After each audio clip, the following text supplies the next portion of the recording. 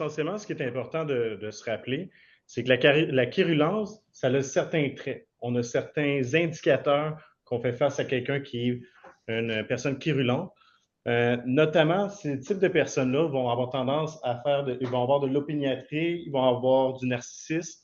Généralement, c'est des gens qu'on va retrouver plus en demande qu'en défense. Donc, c'est des gens qui ont plus tendance à introduire des recours à l'encontre du syndicat, des copropriétaires, de gestionnaires.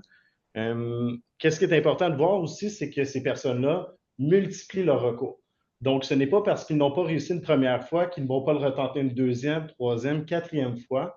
Parfois, ils essaient de modifier un peu les termes entre chacun de leurs recours, mais essentiellement, ils ne lâchent pas prise tant et si longtemps qu'ils ne réussissent pas à obtenir ce qu'ils veulent.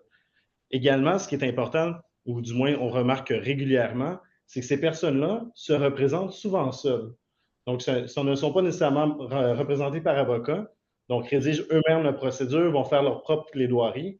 Ça donne qu'ils n'ont pas nécessairement le bagage juridique pour introduire un recours qui est fondé à sa face même. Une des raisons aussi pourquoi ils sont représentés par eux-mêmes, c'est que souvent les avocats ne veulent pas instituer les procédures qu'ils demandent parce que la procédure n'a pas de sens.